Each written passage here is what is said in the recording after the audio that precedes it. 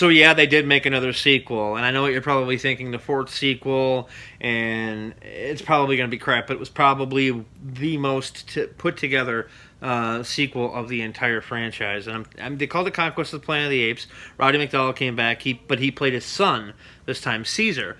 And Ricardo Montalban was back. He had a very cool role, and the whole thing was set against the backdrop of dogs and cats dying out, and it was set in 1997, which is a long time ago. So looking at that future compared to the way 1997 was while you were in the canister is a little weird. But this is the most well acted. It's got the political allegory for this one is amazing because it really plays against the whole civil rights movement at the time that was going on. From what I understand, when you watch behind the scenes stuff on the Planet of the Apes DVDs, it says that when they showed Conquest of the Planet of the Apes in, I think it was Watts, the audience jumped up and was, yay, this is awesome.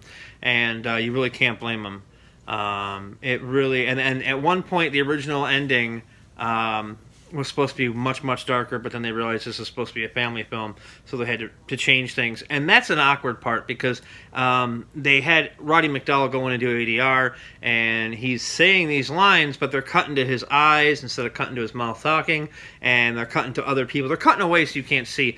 But overall, this is one of the best sequels in the entire franchise. It's one of the best made movies, aside from the first movie.